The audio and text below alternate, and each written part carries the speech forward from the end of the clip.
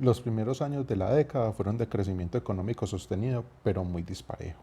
El crecimiento del Producto Interno Bruto fue calculado en un 4% anual para los países desarrollados, en contraposición con los países no desarrollados con un 2,7%, abriendo así más la brecha entre estos dos. Hacia 1973, los países desarrollados, el 20% de la población, recibieron el 66% del ingreso mundial, mientras el 60% de la población solo recibiría el 12% de estos ingresos. Este fue un periodo de grandes cambios en infraestructura, mejoramiento de la salud, la educación y el aumento de la producción agrícola de los países asiáticos. Este crecimiento fue sin el desarrollo suficiente de empleos y el promedio de vida aún seguía siendo bajo. La ampliación del desequilibrio comercial internacional hizo incrementar la necesidad de financiamiento externo y en consecuencia el aumento de la deuda externa de los países menos desarrollados. Dos acontecimientos marcaron el rumbo de esta década: el crecimiento de la economía japonesa y europea y la crisis energética. Estos dos acontecimientos dieron como consecuencia la caída de la hegemonía americana y la caída del dólar como moneda de cambio internacional. El aumento del precio del petróleo por el embargo de la OPEP, en consecuencia un barril de petróleo a $12. Este año 73, el secretario del Tesoro americano, George Shultz, propuso una reunión anual de ministros de finanzas de los países industrializados, lo cual fue la base para el G7. Este mismo año se llevaría a cabo la cumbre de Argel, donde se volvieron a denunciar las disparidades entre el norte y el sur y se plantearon nuevas reglas para la economía y la política internacional. La crisis energética, que también es conocida como la primera crisis del petróleo, comenzó como un movimiento, y más que un movimiento creo que fue una estrategia política que se dio luego de que la OPEP es la Organización de Países Árabes Exportadores de Petróleo, decidiera que no vendería ni tampoco exportaría más petróleo a los países que habían apoyado a Israel durante la guerra del Yom Kippur. Esa guerra fue un conflicto donde se enfrentaba Israel contra Siria y Egipto. Desde luego, esta decisión trajo consecuencias negativas o poco favorables. Recordemos que existía una gran dependencia del petróleo en esa época. Sobre los países de Europa Occidental, pero principalmente Estados Unidos. Esto provocó entonces incremento de los precios del petróleo y a su vez un aumento de la inflación, ¿sí? Todo esto aceleró una etapa económica negativa en el mundo occidental que aunque ya había empezado, comenzó a acelerarse y llevó a una recesión global. ¿Qué quiere decir esto? Al no tener suficiente petróleo y combustible, entonces comenzó a escasear en varios países y la escasez llevó a razonamiento de gasolina, ¿sí?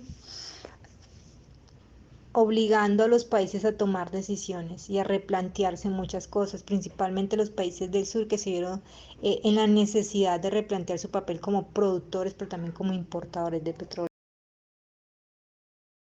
En el año 1974, la sexta sesión extraordinaria de la Asamblea General de las Naciones Unidas aprobó la Declaración y el Plan de Acción para el establecimiento de un nuevo orden económico internacional. Sus 5 principios pueden sintetizarse así. Primero, igualdad soberana de los estados. Segundo, ampliación de la cooperación entre los estados de la comunidad internacional. Tercero, plena y efectiva participación sobre una base de igualdad de todos los países en la solución de los problemas económicos mundiales, teniendo presente la necesidad de lograr el desarrollo acelerado en los países más pobres. Cuarto, derecho de cada país de adoptar el sistema económico y social que considere más importante. Y quinto, plena soberanía de los estados sobre sus recursos naturales y actividades económicas. Si se miran las modalidades concretas con que se realizaron las actividades de cooperación en los años 70, se pueden evidenciar los siguientes limitantes.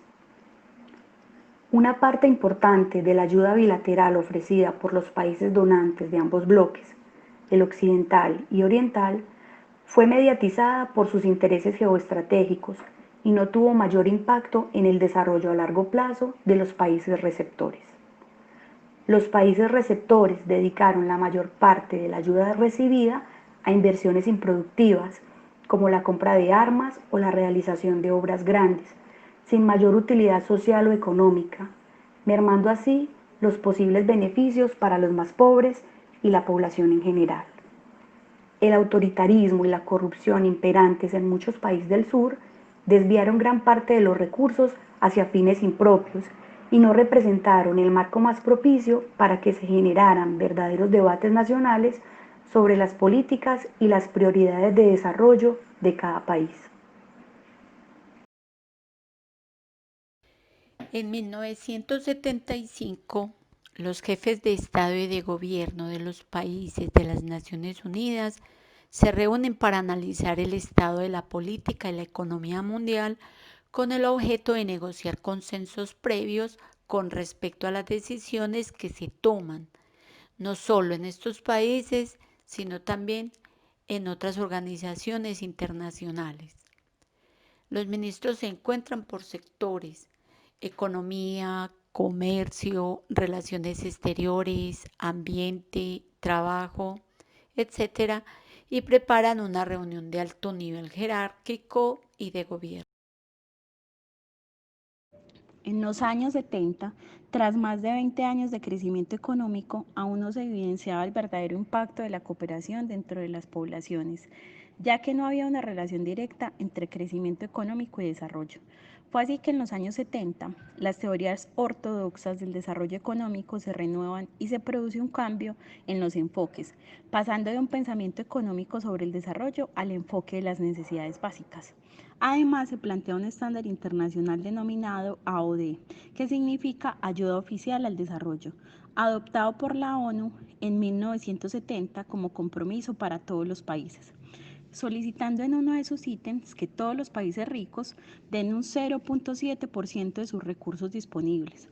Esta medida aún en 2020 se mantiene en vigor. Sin embargo, esta meta no ha superado el 0.4%.